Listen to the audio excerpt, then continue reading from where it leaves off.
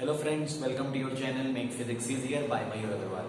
आज मैं आपके साथ हूं इक्वेशन ऑफ लाइन के सेकंड पार्ट के साथ। In the last class, in the last video I have discussed the main equations कि हम कौन कौन सी इक्वेशंस जो हमारे 10th स्टैंडर्ड तक यूटिलाइज होती हैं। So I have given you 5 equations. तो आज उनकी एप्लीकेशंस पढ़ेंगे।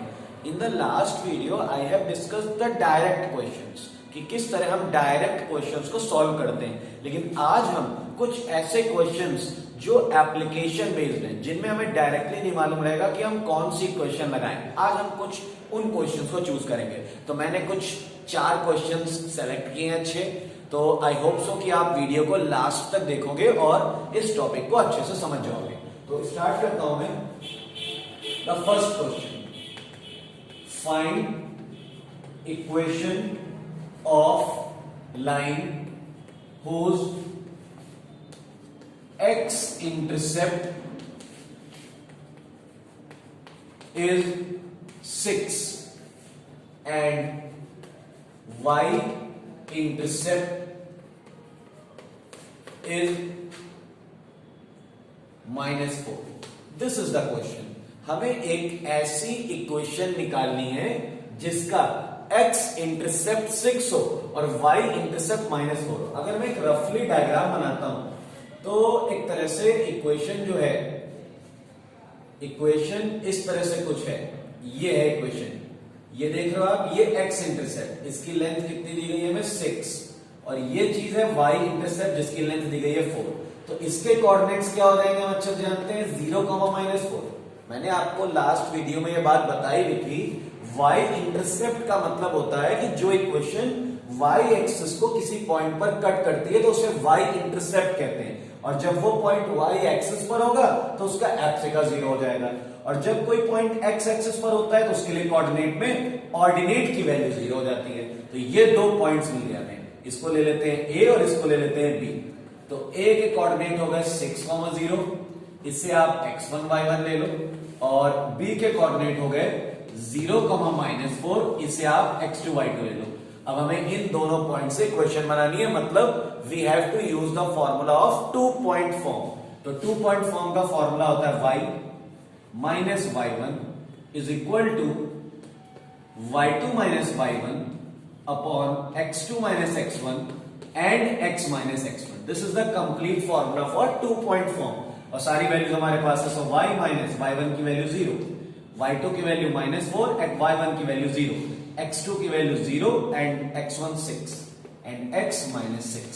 सारी वैल्यूज प्लेस कर दी, सॉल्व करा लेते हैं। y is equal to -4 -6 and x -6, minus minus cancel, 2/3 cross multiply से 3y is equal to 2x -12।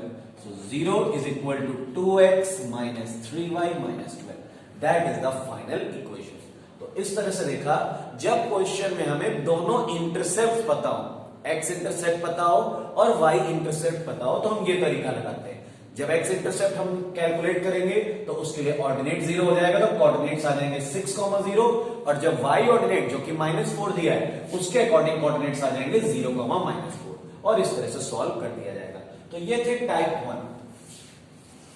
Next type के क्वेश्चंस पर आता हूं मैं। अगले टाइप के क्वेश्चंस में भी कुछ इसी तरह के डिफरेंट सिचुएशन होगी। आई होप सो कि आप लोगों को टॉपिक्स में काफी हेल्प मिल रही होगी इनसे।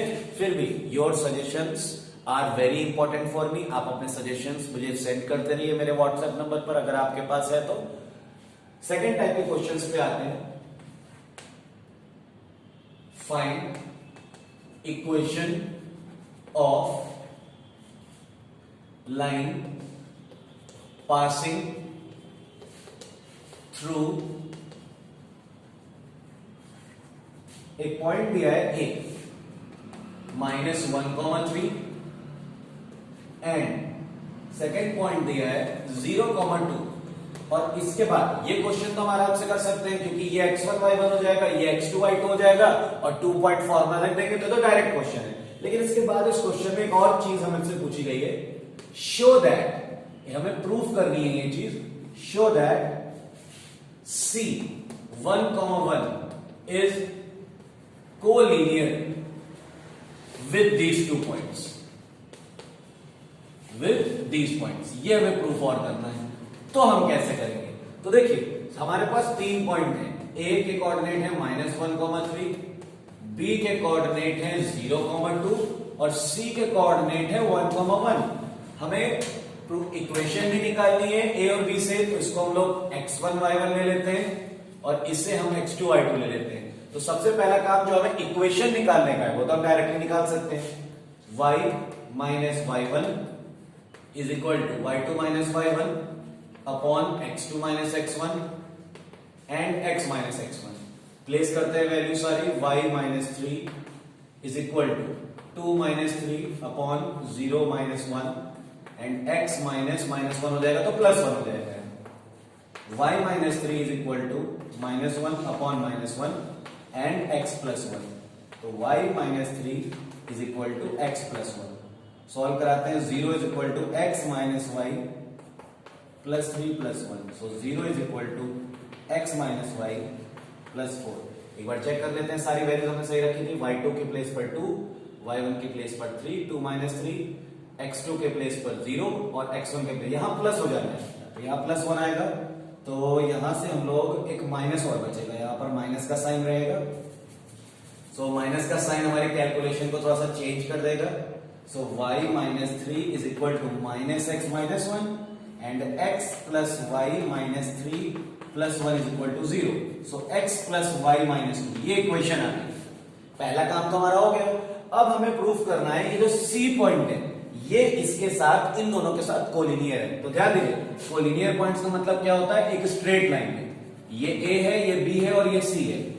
AB की इक्वेशन आ गई है। और याद कीजिए मैंने आपको सेक्शन फॉर्मूला के वीडियोस में भी ये बात बताई है और प्रीवियस वीडियो में भी ये बात बताई थी आपको इक्वेशन ऑफ लाइन के।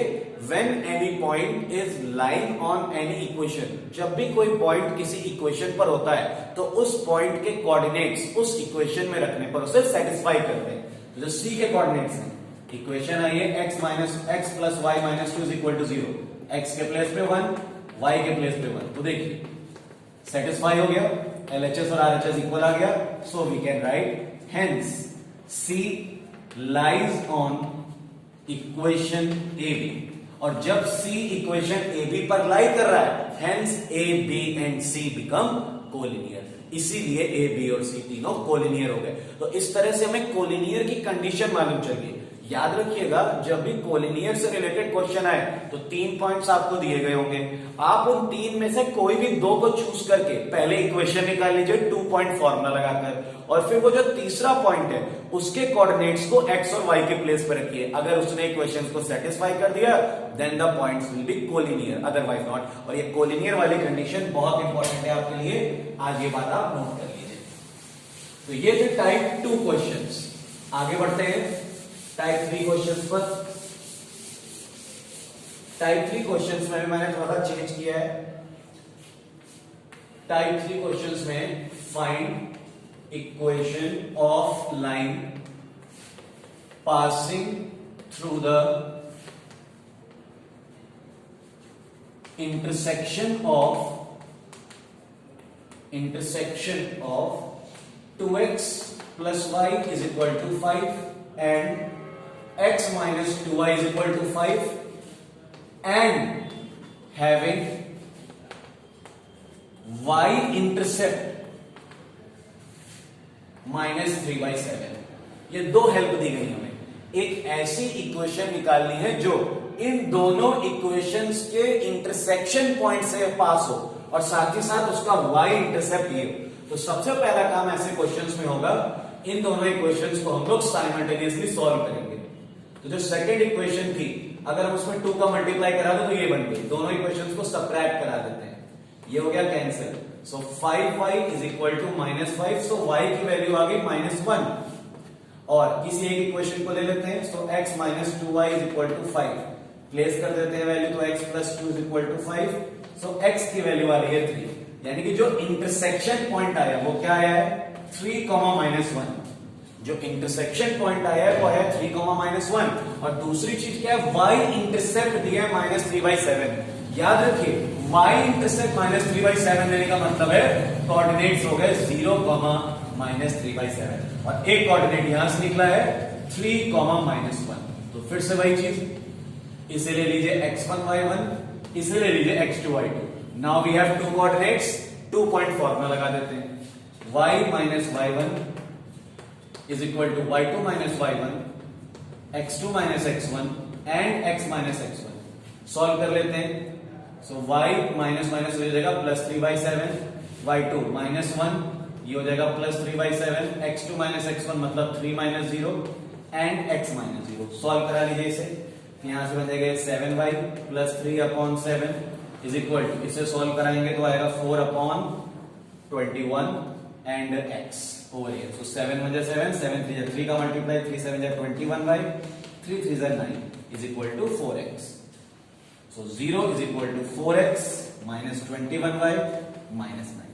So this is the equation which is passing through these 2 points. तो आपने देखा यहां पर हमें ये दो इक्वेशंस दी थी, इन दोनों के इंटरसेक्शन पॉइंट याद रखिएगा। इन दोनों का इंटरसेक्शन पॉइंट मतलब इन दोनों को साइमल्टेनियसली सॉल्व कराने पर x और y की जो भी वैल्यूज आएंगी that will be the intersection point of these 2 equations.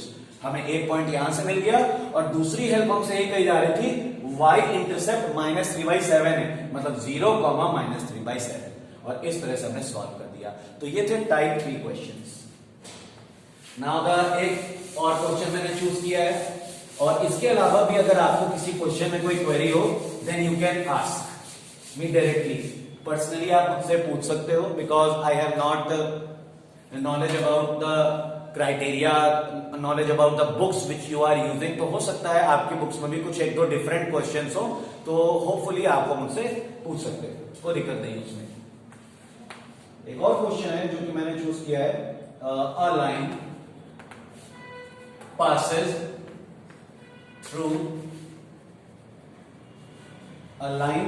passes through P 3,2 and cuts off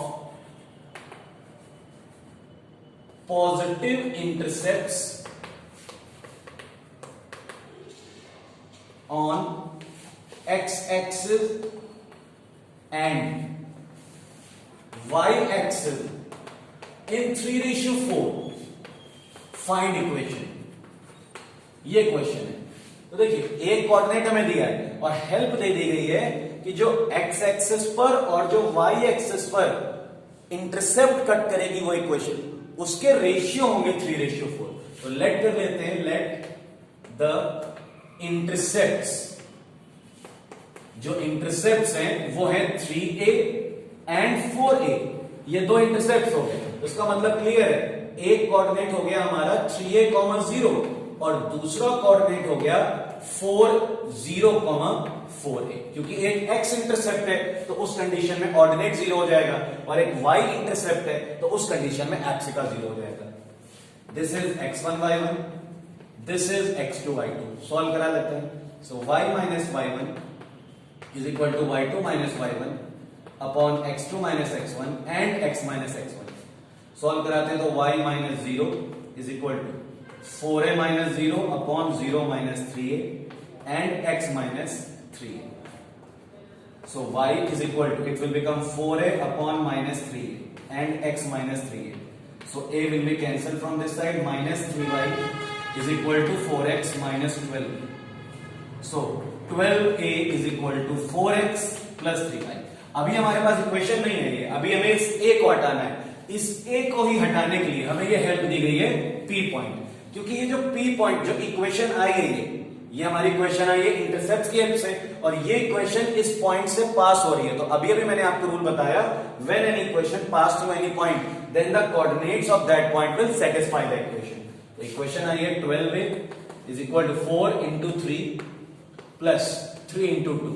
So 12a is equal to 4 3 = 12, 3 2 = 6. So 12a is equal to 18. So a की value आ गई 3/2, और इस a की वैल्यू को इस equation में रख देते हैं। So 12 into 3/2 is equal to 4x plus 3y। Solve कराते हैं, 6 3 = 18। ये हमारे पास फाइनल आंसर आ गया, 4x plus 3y is equal to 18।